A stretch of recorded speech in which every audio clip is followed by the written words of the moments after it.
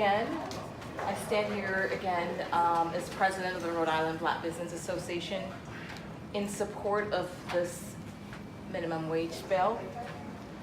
I sat in the room and I listened to stories about people working multiple jobs. We should not be encouraging folks to work multiple jobs. We should be saying having a job that pays a fair wage is sufficient. So when families, as we know, women in most cases are head of household, when they're not there, they're out doing multiple jobs, it has a direct impact on their children. So talking about that someone is making up to $31 an hour because they're doing multiple jobs, that's not good enough. Ensuring that women that are in the workforce can also do what they love to do, be parents, take care of their child, be there for recital, dance, tennis, whatever it may be. Somebody else talked about the impact of people paying their rent. I'm a landlord, and I have not raised my rent in years because my tenants tell me they cannot afford to pay the rent. I keep my rent low. I want my property to be occupied. And the reason why I don't raise my rent is because I care about these families. These are people that are working very hard. They want to stay in a safe environment, an environment where the home is healthy for themselves and their children. But it really has an impact on the overall state's economy. So when families are doing well, when mom is in the home, she's not working up to 80 hours and still live in poverty, which has a direct impact on her children as well.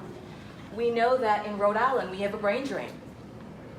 We have a brain drain because people are leaving for other states, which this beautiful state, I've been here over 30 years, came all the way from Jamaica as a teenager. I love the state. I could have been gone to Charlotte. Bank of America wanted me to be in Charlotte, San Francisco, wherever.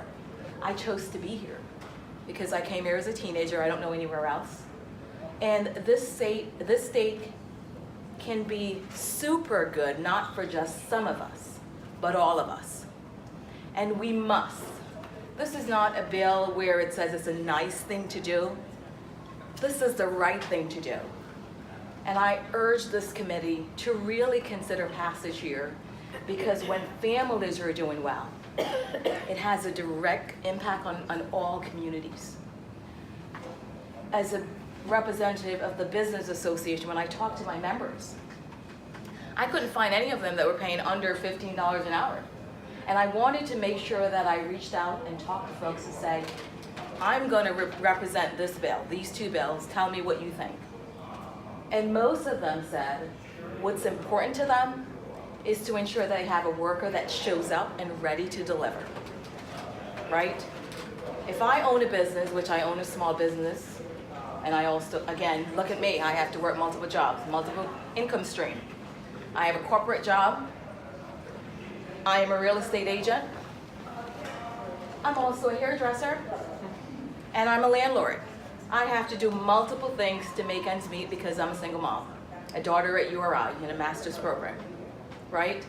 I talked about earlier about the impact on families. Most families in the communities that I come from, they're single moms. And they're there, want the best for their children. The same thing that you want, what you want for your child, for all of us. We want to ensure that our children are in a safe place. We can provide for that family, a roof over our heads, food on our table, ensure that we're saving for the future, ensuring that our children can do amazing things. I had the great pleasure of having my daughter in everything, dance, tennis, piano, you name it. I could afford that. You know what happened when my daughter says, Mom, don't drop me off at classical because I don't want to see the car that you drive in. You know what that did to me as a mom? My daughter said to me, Mom, I don't want my friends to come over. Because if they come to our home, they're going to say, oh my God, look how you're living and look how we're living.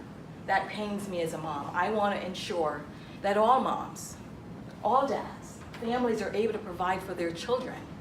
So children can get enriched program, not just my daughter, but all the daughters out there, all the sons out there. So I really encourage you to really strongly consider and supporting this bill. It's the right thing to do. It is going to be a huge win for Rhode Island, not just for some of us, but for all of us. Thank you. Thank you very much.